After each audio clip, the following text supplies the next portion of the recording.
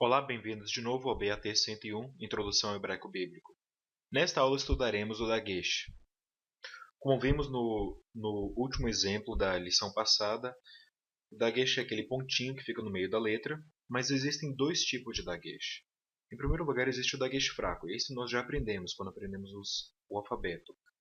O Dagesh fraco é utilizado com as letras Begad Kefat, o Bet, o Gimel, Dalet, Kaf, Pe e Tav. Tá certo? E o Dagesh Lene fortalece o som da letra. Por exemplo, na palavra davar, no antigo hebraico, o Dalet era pronunciado mais com um som fraco, não era um som de D que nós temos hoje, D, mas era um som mais aspirado. The era davar, se fosse escrito assim. Só que em vez de pronunciar a palavra como davar, eles pronunciam como davar. Para fazer isso, eles têm que colocar então esse Dagesh Lene, tá bom? O Dagesh Lene, então, ele é utilizado com cada uma dessas letras aqui e ele somente fortalece a pronúncia da letra. Por exemplo, o Bet pode ser pronunciado com o som de V, mas quando nós temos o Dagesh Lene, ele é pronunciado com o som B. É esse o propósito do Dagesh Lene. Ele somente muda a pronúncia. Já o Dagesh forte é utilizado com qualquer letra, não somente as Begad Kefat, mas qualquer letra, menos as guturais. As guturais são muito fracas para receber um Dagesh forte. Mas de qualquer jeito, o Dagesh forte ele pode ser utilizado com qualquer letra. Ele não muda o som, mas duplica a consoante na solidificação. O que significa isso? Significa que ele não vai afetar a pronúncia de uma letra. Por exemplo, a palavra ha-melachim. Vimos isso na aula passada. Ha-melachim. O mem aqui não vai mudar de pronúncia, mas ele será duplicado na hora da silabificação. O que significa isso? Significa que na hora que eu for fazer a silabificação de ha-melachim, olha só o que acontece. Lembra que eu disse antes, existem sílabas abertas e fechadas? Agora, o Ha não fica sozinho, o Ha tem o Mem, então fica Ham. Ham é a primeira sílaba, depois Ma, depois La, depois Rim. Tá vendo? É isso que o Dagesh forte faz. Ele duplica a consoante.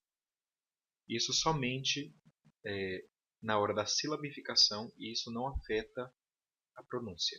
Mas agora, não existe nenhuma diferença, então, entre a ortografia do Dagesh forte e do Dagesh Lene, assim como não existe nenhuma diferença na ortografia do Sheva vocal e o Sheva mudo, tá bom? Então, como distinguimos? Em primeiro lugar, o Dagesh sempre será forte quando a letra não é uma letra Begad Kefat. Por exemplo, eu sei que isso aqui não é um Dagesh Lene porque o Dagesh está na letra Mem. A letra Mem não faz parte das letras Begad Kefat. Já quando a letra é uma letra Begad Kefat, nós teremos que distinguir se o Dagesh é forte ou Lene. Então aqui estão três regrinhas para poder distinguir entre o Dagesh Lene e o Dagesh forte numa letra Begad Kefat. Em primeiro lugar, o Dagesh inicial sempre será Lene. Por exemplo, essa palavra aqui, Derer, significa caminho, Derer.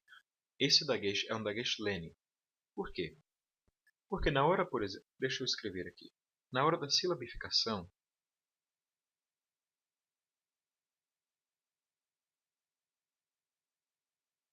olha só, aqui está. Na hora da silabificação, eu não posso colocar um outro Dagesh aqui, porque ele fica sozinho, sem nenhuma vogal. Sem nenhuma vogal, ele não será uma sílaba. Tá vendo? O Dagesh forte faria isso. O Dagesh Lene não duplica a consoante. O Dagesh Lene somente fica aqui para fortalecer o som do Dalet. Então, o Dagesh inicial sempre será Lene. Também, o Dagesh é forte se ele for antecedido por uma vogal. Sempre que você ver uma letra Begad Kefat com um Dagesh e essa letra for antecedida por uma vogal, o Dagesh será forte. Na palavra Atá, o Dagesh é forte, não Lene. Então, na silabificação dessa palavra, olha só, Nós temos aqui o Aleph, o Tal e o Rei. Na silabificação, o que vai acontecer? Você terá uma silabificação aqui no meio. Por quê? Porque esse dagesh é um dagesh forte. A primeira sílaba será at, a segunda será ta. Tá bom? Primeira sílaba at, segunda ta. Essa é a segunda regra. O dagesh sempre será forte se ele for antecedido por uma vogal. E o dagesh é lene se ele for antecedido por um som consonantal. O que significa isso? Como nós vimos na última lição, existe também o sheva mudo. Se tiver algum sheva mudo antes de um dagesh, é como se isso aqui fosse um som completamente consonantal, tá certo?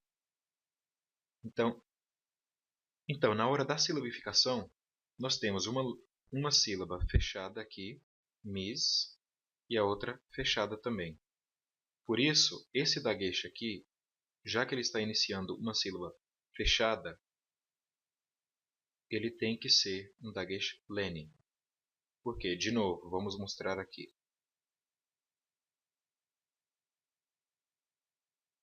Se eu tenho mis, se isso fosse um dagesh forte, o que aconteceria?